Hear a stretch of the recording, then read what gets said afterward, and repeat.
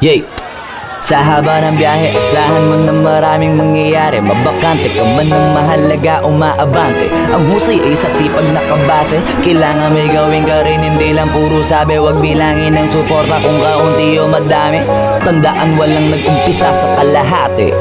Mag-artista ka kung plano mong umarte. Kung hanap mo iswerte, umapak ka sa tae.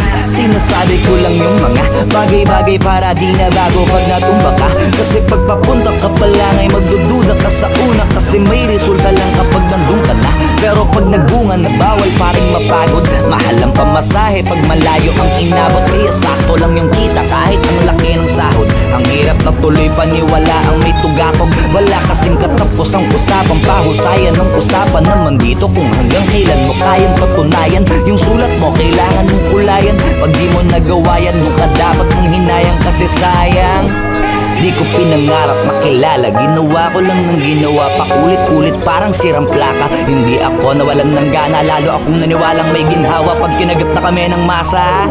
Tama ang sabi sa hula, sa taas nakakalula. Pero pag nasa baba, yun nasa taas ang gusto mo makuha. Karamihan sa guma, gamit ng salitang para sa kultura. Nakakaduda, kadalasan sila tong halata na gutom na sa bunga. Iba na ang panahon, di ka na dapat ganon. Kung wala ka makuha, huwag mo na silipin yung mga unang nagkaroon.